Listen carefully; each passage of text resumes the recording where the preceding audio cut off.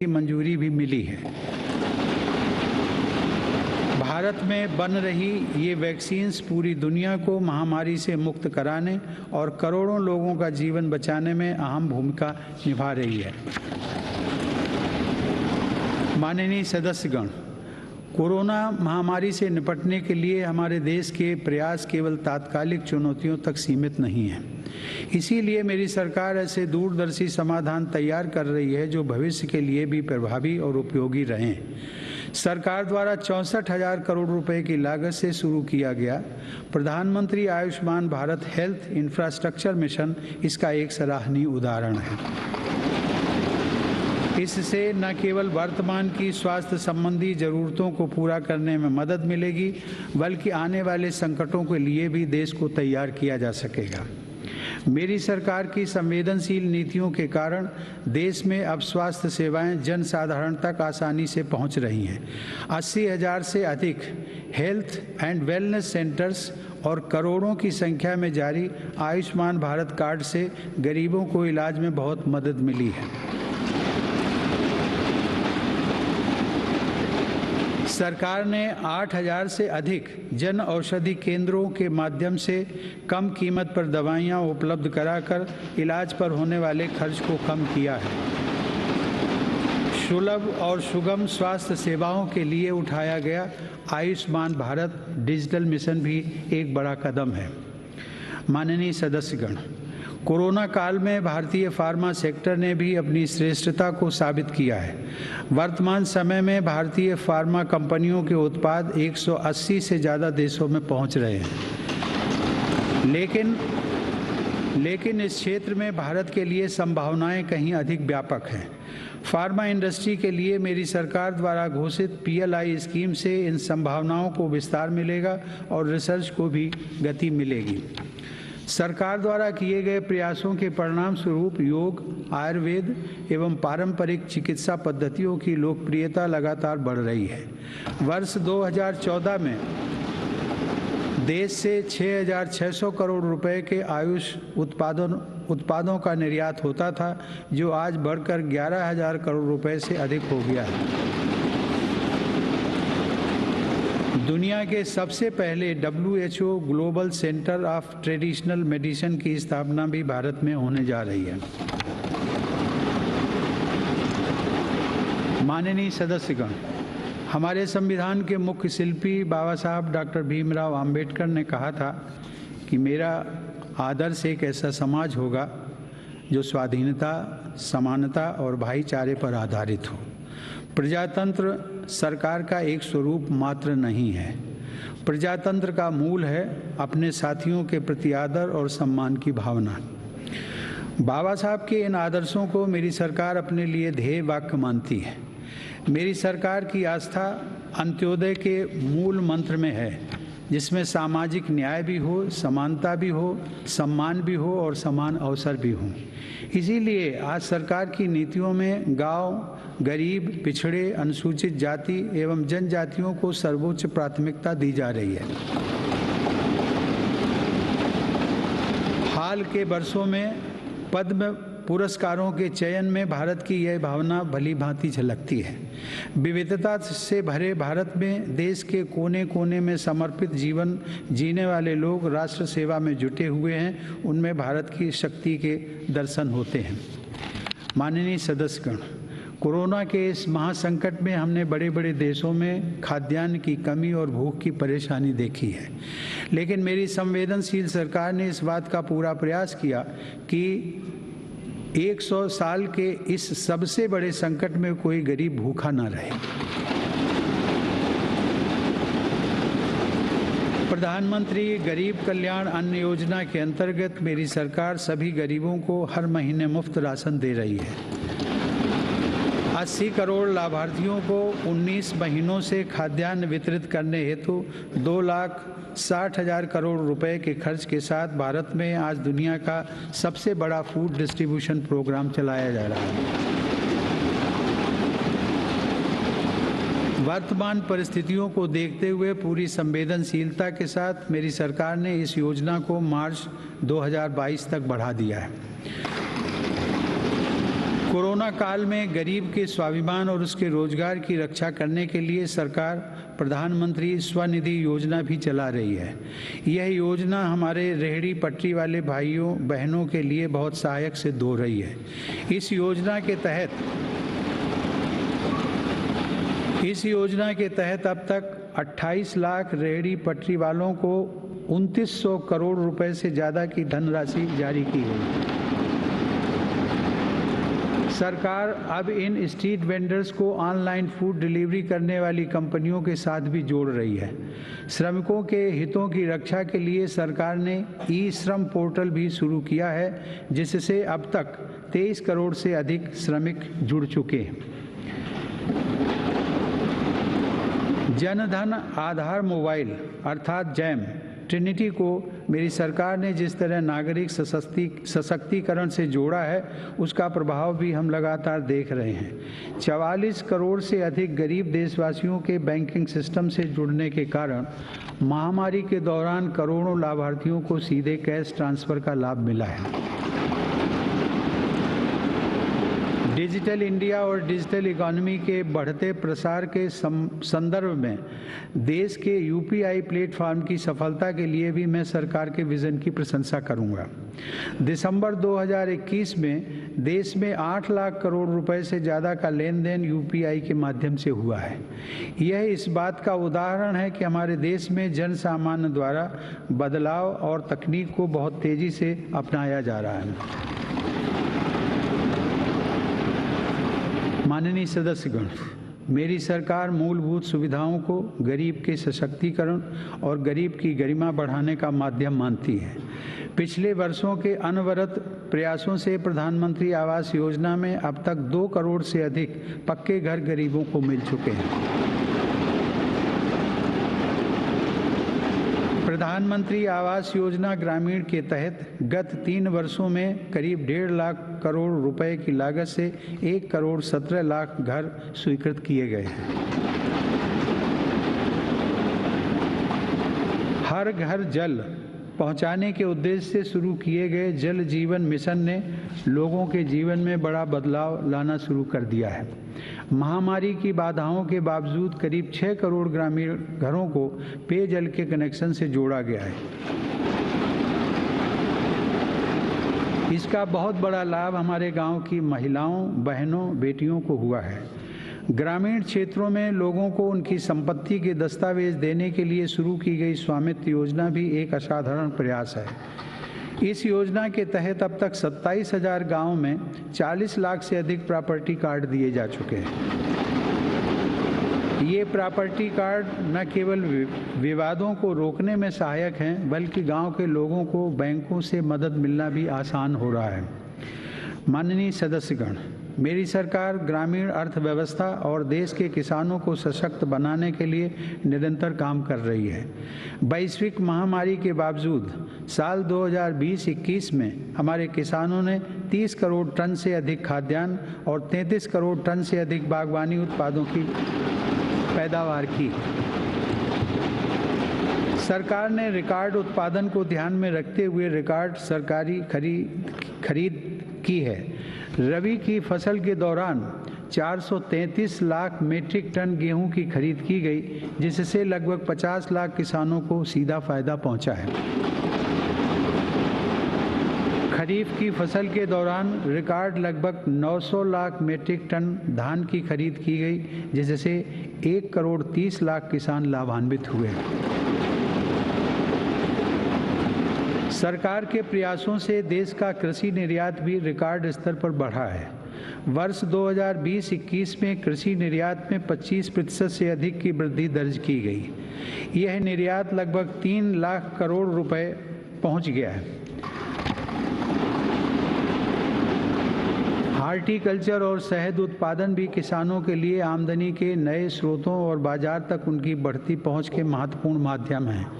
शहद उत्पादन को प्रोत्साहन देने से वर्ष 2020-21 में देश का शहद उत्पादन 1,25,000 मीट्रिक टन तक पहुंच गया है, जो कि 2014-15 की तुलना में करीब 55% ज़्यादा है। 2014-15 की तुलना में शहद की निर्यात मात्रा में भी 102% से ज़्यादा की वृद्धि दर्ज की गई है। किसानों को उनकी फसल के अधिक दाम मिले, इसके लिए उनके उत्पादों का सही बाजार तक पहुंचना जरूरी होता है। इस दिशा में सरकार ने किसान रेल सेवा शुरू करते हुए किसानों के लिए खुशहाली के नए रास्ते खोलने का काम किया है। कोरोना काल में भारतीय रेल ने सब्जियों, फलों तथा दूध जैसी जल्दी खराब होने वाली खाद्य सामग्री के परिवहन के लिए 150 से अधिक मार्गों पर 1900 से ज़्यादा किसान रेल चलाई और करीब 6 लाख मीट्रिक टन कृषि उत्पादों की ढुलाई की। यह इस बात का उदाहरण है कि अगर सोच नई हो तो पुराने संसाधनों से भी नए रास्ते बनाए जा सकते हैं। माननीय सदस्यगण, कृषि क्षेत्र में देश की सतत सफलता और बढ़ते सामर्थ्य का सबसे बड़ा श्रेय मैं देश के छोटे किसानों को देना चाहता हूँ। देश के 80% किसान छोटे किसान ही हैं, जिनके हितों को मेरी सरकार ने हमेशा केंद्र में रखा है। प्रधानमंत्री किसान सम्मान निधि के माध्यम से 11 करोड़ से अधिक किसान परिवारों को 1,80,000 करोड़ रुपए दिए गए हैं। इस निवेश से कृषि क्षेत्र में आज बड़े बदलाव दिखाई दे रहे हैं। फसल बीमा योजना में नए बदलावों का लाभ भी देश के छोटे किसानों को हुआ है। इन बदलावों के बाद से अब तक 8 करोड़ से अधिक किसानों को मुआवजा के तौर पर 1 लाख करोड़ रुपए से ज़्यादा की राशि दी जा चुकी है। खेतों के नज़दीक जरूरी इंफ्रास्ट्रक्चर को विकसित करने के लिए भी मेरी सरकार अभूतपूर्व स्तर पर निवेश कर रही है। 1 लाख करोड़ रुपए के कृषि इंफ्रास्ट्रक्चर फंड के अंतर्गत हजारों परियोजनाओं को मंजूरी दी गई है। मेरी सरकार ने खाद्य तेल में आत्मनिर्भरता को ध्यान में रखते हुए 11,000 करोड़ रुपए की लागत से national mission on edible oil palm की शुरुआत भी की है। सरकार ऑर्गेनिक खेती, प्राकृतिक खेती और क्रॉप डाइवर्सिफिकेशन जैसे विशेष प्रयास भी कर रही है। यह आप सभी की जानकारी में है कि संयुक्त राष्ट्र ने वर्ष 2023 को इंटरनेशनल ईयर ऑफ मिलेट्स के रूप में घोषित किया है। मेरी सरकार इंटरनेशनल ईयर ऑफ मिलेट्स को देश के किसानों, self help groups, FPOs, food industry और जन सामान्य के साथ मिलकर व्यापक स्तर पर मनाएगी। मेरी सरकार वर्षा जल संरक्षण के लिए भी गंभीरता से काम कर रही है। देश में रेन वाटर हार्वेस्टिंग इंफ्रास्ट्रक्चर के निर्माण और पारंपरिक जल स्रोतों के जीर्णोद्धार के लिए विशेष अभियान चलाए जा रहे हैं। प्रधानमंत्री कृषि सिंचाई योजना के तहत विभिन्न परियोजनाओं और अटल भू जल योजना की मदद से देश में 64 लाख हेक्टेयर सिंचाई क्षमता विकसित की गई है। नदियों को आपस में जोड़ने की योजनाओं पर भी सरकार ने काम आगे बढ़ाया है। हाल ही में 45,000 करोड़ रुपए की लागत से पूरी होने वाली केन बेतवा लिंक परियोजना को भी स्वीकृति दी गई है। यह परियोजना बुंदेलखंड में पानी की चुनौतियों को समाप्त करने में सहायक होगी। माननीय सदस्यगण, ग्रामीण अर्थव्यवस्था को गति देने में महिलाओं की भूमिका अधिक विस्तृत होती जा रही है। 2021-22 में 28 लाख सेल्फ हेल्प ग्रुप्स को बैंकों की तरफ से 65,000 करोड़ रुपए की मदद दी गई है। यह राशि 2014-15 की तुलना में 4 गुना अधिक है। सरकार ने हजारों महिला सेल्फ हेल्प ग्रुप्स के सदस्यों को ट्रेनिंग देकर उन्हें बैंकिंग सखी के रूप में भागीदार भी बनाया है। ये महिलाएं ग्रामीण क्षेत्रों में बैंकिंग सेवाओं को घर घर तक पहुंचाने का माध्यम बन रही हैं। महिला सशक्तिकरण मेरी सरकार की उच्च प्राथमिकताओं में से एक है। उज्ज्वला योजना की सफलता के हम सभी साक्षी हैं। मुद्रा योजना के माध्यम से हमारे देश की माताओं बहनों की उद्यमिता और कौशल को बढ़ावा मिला है। बेटी बचाओ बेटी पढ़ाओ पहल से अनेक सकारात्मक परिणाम सामने आए हैं और स्कूलों में प्रवेश लेने वाली बेटियों की संख्या में उत्साहजनक वृद्धि हुई है। बेटे बेटी को समानता का दर्जा देते हुए मेरी सरकार ने महिलाओं के विवाह के लिए न्यूनतम आय को 18 वर्ष से बढ़ाकर पुरुषों के समान 21 वर्ष करने का विधेयक भी संसद में प्रस्तुत किया है। सरकार ने 3 तलाक को कानूनन अपराध घोषित कर समाज को इस कुप्रथा से मुक्त करने की शुरुआत की है। मुस्लिम महिलाओं पर केवल मेहरम के साथ ही हज यात्रा करने जैसे प्रतिबंधों को भी हटाया गया है। वर्ष 2014 से पूर्व अल्पसंख्यक वर्ग के लगभग 3 करोड़ विद्यार्थियों को छात्रवृत्तियां दी गई थी, जबकि मेरी सरकार ने वर्ष 2014 से अब तक ऐसे 4.5 करोड़ से अधिक विद्यार्थियों को छात्रवृत्तियां प्रदान की। इससे मुस्लिम बालिकाओं के स्कूल छोड़ने की दर में महत्वपूर्ण कमी दर्ज की गई है तथा उनके प्रवेश में वृद्धि देखी गई है। देश की बेटियों में सीखने की क्षमता को बढ़ावा देने के लिए राष्ट्रीय शिक्षा नीति में जेंडर इंक्लूजन फंड का भी प्रावधान किया गया है। यह हर्ष की बात है कि मौजूदा सभी 33 सैनिक स्कूलों ने बालिकाओं को प्रवेश देना शुरू कर दिया है। सरकार ने राष्ट्रीय रक्षा अकादमी में भी महिला कैडेट्स के प्रवेश को मंजूरी दी है। महिला कैडेट्स का पहला बैच एनडीए में जून 2022 में प्रवेश करेगा। मेरी सरकार के नीतिगत निर्णय और प्रोत्साहन से विभिन्न पुलिस बलों में महिला पुलिसकर्मियों की संख्या में 2014 के मुकाबले दोगुनी से ज़्यादा बढ़ोतरी हो चुकी है। माननीय सदस्यगण, महान संत तिरुवल्लुवर ने कहा था, कक्कर्क कसड्डर कर्प वई कट्रिपिन निकर्क अद्दकर्क तगह। अर्थात एक व्यक्ति जो कुछ भी सीखता है वह उसके आचरण में दिखाई देता है।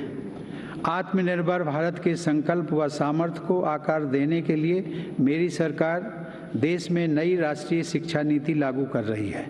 राष्ट्रीय शिक्षा नीति के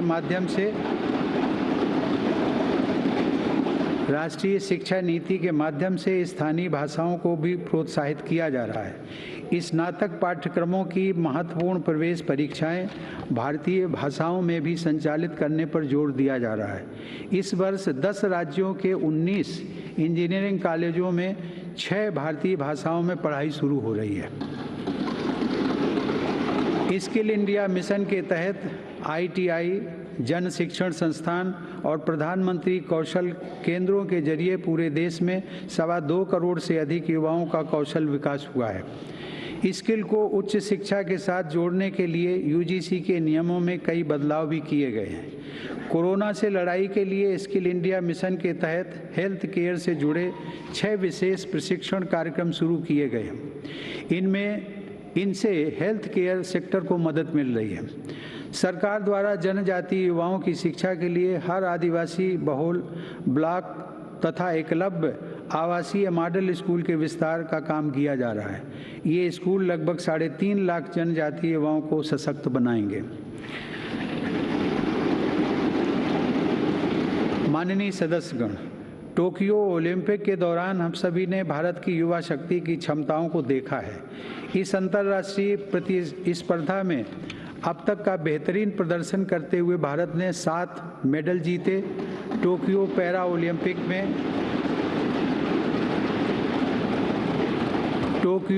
ओलंपिक में भी भारतीय पैरा एथलीटों ने 19 पदक जीतकर रिकॉर्ड कायम किया। ओलंपिक प्रतिस्पर्धाओं तथा खेलकूद में भारत की उपस्थिति मजबूत करने के लिए केंद्र सरकार, राज्य सरकारों के साथ मिलकर देश में सैकड़ों खेलो इंडिया केंद्र स्थापित कर रही है। पैरा स्पोर्ट्स में दिव्यांग युवाओं को ट्रेनिंग देने के लिए सरकार ने ग्वालियर में आधुनिक सुविधाओं से युक्त सेंटर फॉर डिसेबिलिटी स्पोर्ट्स की स्थापना भी की है। माननीय सदस्यगण, दिव्यांग जनों के लिए सुगमता, समानता और सम्मानपूर्ण जीवन के अवसर प्रदान करना एक समाज के रूप में हमारी सामूहिक जिम्मेदारी है। इस दिशा में आज सुगम्य भारत अभियान हमारी राष्ट्रीय संवेदना का परिचय दे रहा है। दिव्यांग जनों का जीवन बदलने के लिए देश में निःशुल्क सहायक उपकरणों से लेकर कॉकलियर इम्प्लांट सर्जरी जैसे प्रोग्राम चलाए जा रहे हैं। इन कार्यक्रमों के अंतर्गत अब तक 25 लाख से अधिक दिव्यांग व्यक्तियों को सहायता उपकरण उपलब्ध करवाए गए हैं और करीब 4000 सफल कॉकलियर इम्प्लांट किए गए हैं।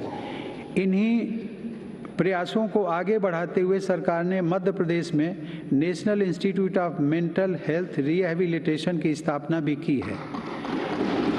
दिव्यांग युवाओं के भविष्य के लिए 10,000 शब्दों की इंडियन साइन लैंग्वेज डिक्शनरी भी बनाई गई है। माननीय सदस्यगण, हमारा स्टार्टअप इकोसिस्टम हमारे युवाओं के नेतृत्व में तेजी से आकार ले रही अनंत नई संभावनाओं का उदाहरण है। वर्ष 2016 से हमारे देश में 56 अलग अलग सेक्टर्स में 60,000 नए स्टार्टअप्स बने हैं। इन स्टार्टअप्स के जरिए 6 लाख से अधिक रोजगारों का सृजन हुआ है। वर्ष 2021 में कोरोना काल में भारत में 40 से अधिक यूनिकॉर्न स्टार्टअप अस्तित्व में आए, जिनमें से प्रत्येक का मूल्य 7,400 करोड़ रुपए से अधिक आंका गया है। मेरी सरकार की नीतियों की वजह से आज भारत उन देशों में है जहां इंटरनेट की कीमत सबसे कम है तथा स्मार्टफोन की कीमत भी सबसे कम है। इसका बहुत बड़ा लाभ भारत की नौजवान पीढ़ी को मिल रहा है। भारत 5G मोबाइल कनेक्टिविटी पर भी तेजी से काम कर रहा है, जिससे अनेक नई संभावनाओं के द्वार खुलेंगे। सेमीकंडक्टर को लेकर भारत के प्रयासों का बहुत बड़ा लाभ हमारे स्टार्टअप इकोसिस्टम को होगा। रिकॉर्ड टूट रहे हैं। 2021 में अप्रैल से दिसंबर के दौरान भारत का गुड्स निर्यात लगभग $300 बिलियन यानी 22 लाख करोड़ रुपए से अधिक रहा है, जो कि 2020 की इसी अवधि की तुलना में 1.5 गुना ज़्यादा है। मेरी सरकार ने मैन्युफैक्चरिंग सेक्टर में मौजूद संभावनाओं को साकार करने और युवाओं को नए अवसर देने के लिए 1,97,000 करोड़ रुपए से ज़्यादा के निवेश से 14 महत्वपूर्ण PLI स्कीम्स शुरू की हैं। ये PLI स्कीम्स न केवल भारत को ग्लोबल मैन्युफैक्चरिंग हब के रूप में स्थापित करने में मदद करेंगी, बल्कि रोजगार के 60 लाख से अधिक अवसर भी उपलब्ध कराएंगे। देश में मोबाइल उत्पादन की सफलता मेक इन इंडिया का एक बड़ा उदाहरण है। आज भारत विश्व में दूसरा सबसे बड़ा मोबाइल फ़ोन निर्माता बनकर उभरा है। इससे भारत के लाखों युवाओं को रोजगार भी मिला है। हमारा देश इलेक्ट्रॉनिक और टेक्नोलॉजी हार्डवेयर के क्षेत्र में ग्लोबल लीडर बने, इसके लिए सरकार ने सिलिकॉन और compound semiconductor fabrication, display, FAB, chip design और इनसे जुड़े वेंचर्स के लिए हाल ही में 76,000 करोड़ रुपए का पैकेज भी घोषित किया है।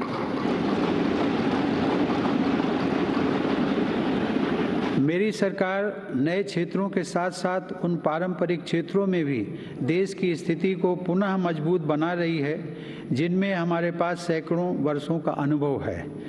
इसी दिशा में मेरी सरकार द्वारा वस्त्र उद्योग के विकास के लिए करीब 4,500 करोड़ रुपए के निवेश से 7 मेगा इंटीग्रेटेड टेक्सटाइल रीजन और अपैरल पार्क बनाए जा रहे हैं।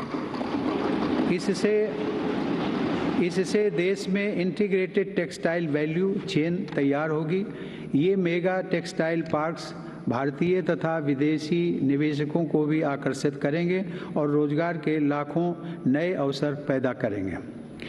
माननीय सदस्यगण, भारत की समृद्धि में बड़े उद्योगों के साथ सूक्ष्म एवं लघु उद्योगों की भूमिका बहुत महत्वपूर्ण है।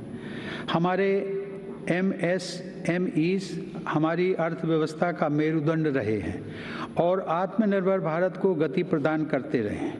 कोरोना काल में MSMEs को संकट से बचाने और जरूरी क्रेडिट उपलब्ध कराने के लिए सरकार ने 3 लाख करोड़ रुपए के कोलेटरल फ्री लोन्स की व्यवस्था की।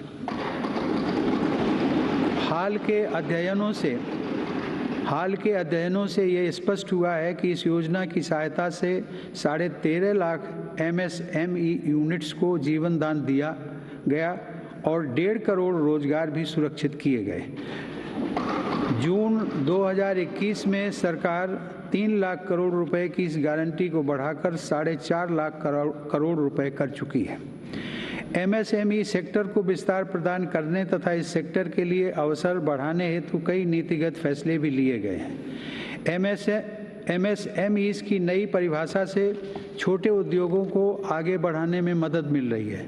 सरकार ने थोक और खुदरा व्यापारियों व स्ट्रीट वेंडर्स को उद्यम पोर्टल पर रजिस्टर करने की अनुमति भी दी है, ताकि उन्हें प्रायोरिटी सेक्टर लेंडिंग का लाभ मिल सके। मैं खादी की सफलता का भी विशेष उल्लेख करूंगा।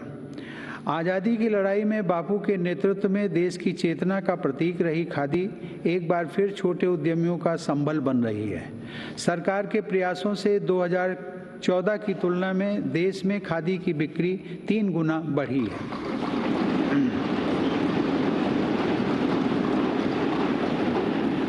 माननीय सदस्यगण, किसी भी देश के विकास का आधार वहाँ का इंफ्रास्ट्रक्चर होता है। मेरी सरकार की दृष्टि में इंफ्रास्ट्रक्चर सामाजिक असमानता को पाटने वाला सेतु भी है।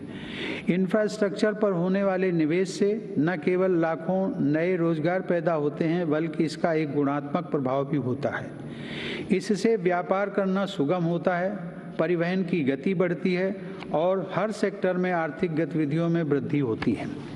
मेरी सरकार ने इंफ्रास्ट्रक्चर विकास के कार्यों को और अधिक गति प्रदान करने के लिए अलग अलग मंत्रालयों के कामकाज को प्रधानमंत्री गति शक्ति राष्ट्रीय मास्टर प्लान के रूप में एक साथ जोड़ा है। यह प्लान भारत में मल्टी मोडल ट्रांसपोर्ट के एक नए युग का प्रारंभ करने जा रहा है। भविष्य के भारत में रेलवेज, हाईवेज और एयरवेज अलग अलग और अलग थलग इंफ्रास्ट्रक्चर नहीं होंगे, बल्कि एक देश के एकजुट संसाधन के तौर पर काम करेंगे। ग्रामीण क्षेत्रों में सड़कों, संसाधनों और इंफ्रास्ट्रक्चर के निर्माण से देश की उन संभावनाओं को उड़ान मिल रही है जो दशकों से उपेक्षित पड़ी थी। प्रधानमंत्री ग्राम सड़क योजना की उपलब्धियां गर्व करने योग्य हैं। वर्ष 2020-21 में ग्रामीण इलाकों में 100 किलोमीटर प्रतिदिन से अधिक की रफ्तार से 36,500 किलोमीटर सड़कें बनाई गई हैं और हजारों रिहायशी क्षेत्रों को ऑल वेदर रोड कनेक्टिविटी से जोड़ा गया है। आज देश के नेशनल हाईवेज भी पूरब से पश्चिम और उत्तर से दक्षिण पूरे देश को एक साथ जोड़ रहे हैं। मार्च 2014 में हमारे देश में राष्ट्रीय राजमार्गों की कुल लंबाई 90,000 किलोमीटर थी, जबकि आज उनकी लंबाई बढ़कर 1,40,000 किलोमीटर से अधिक हो गई है। भारतमाला परियोजना के अंतर्गत लगभग 6 लाख करोड़ रुपए की लागत से 20,000 किलोमीटर से अधिक लंबाई के राजमार्गों पर काम किया जा रहा है। इनमें 23 ग्रीन एक्सप्रेसवेज और ग्रीन फील्ड कॉरिडोर्स का विकास भी शामिल है। दिल्ली मुंबई एक्सप्रेस वे भी पूरा होने के करीब है, जो कि भारत का सबसे लंबा और सबसे तेज एक्सप्रेस वे होगा। मेरी सरकार को पंढरपुर तीर्थ को जोड़ने वाले संत ज्ञानेश्वर मार्ग और संत तुकाराम पालकी मार्ग के चौड़ीकरण का काम शुरू करने का सौभाग्य भी मिला है। देश में आधुनिक इंफ्रास्ट्रक्चर के विकास से आज जहां एक ओर विकास के नए रास्ते खुल रहे हैं, तो वहीं दूसरी ओर इससे देश की सुरक्षा को भी नई ताकत मिल रही है। बॉर्डर रोड्स ऑर्गेनाइजेशन BRO ने लद्दाख में उमलिंग ला दर्रा पर 19,000 फीट की ऊंचाई पर विश्व की सबसे ऊंची परिवहन योग्य सड़क का निर्माण किया है। लद्दाख के देमचोक, उत्तराखंड के जोलिंगकोंग और अरुणाचल प्रदेश के हुरी जैसे सर्वाधिक दूरस्थ गांवों को भी आधुनिक सड़कों से जोड़ा गया है। मेरी सरकार भारतीय रेलवे का भी तेज गति से आधुनिकीकरण कर रही है। नई वंदे भारत ट्रेनें तथा नए विस्टाडोम कोच भारतीय रेल की आभा में वृद्धि कर रहे हैं। बीते 7 वर्षों में 24,000 किलोमीटर रेलवे रूट का विद्युतीकरण हुआ है। नई रेलवे लाइंस बिछाने और दोहरीकरण का काम भी तेज गति से जारी है। गुजरात में गांधीनगर रेलवे स्टेशन और मध्य प्रदेश में रानी कमलापति रेलवे स्टेशन आज आधुनिक भारत की नई तस्वीर के रूप में सामने आए हैं। कश्मीर में चिनाब नदी पर निर्मित हो रहा रेलवे आर्च ब्रिज आकर्षण का केंद्र बन रहा है। मेरी सरकार ने गरीब और मध्यम वर्ग का जीवन आसान बनाने के लिए पब्लिक ट्रांसपोर्ट की सुविधा बढ़ाने में भी असाधारण काम किया है। देश में 11 नई मेट्रो लाइंस पर सेवाएं शुरू की गई हैं, जिनका लाभ 8 राज्यों में लाखों लोगों को हर दिन मिल रहा है।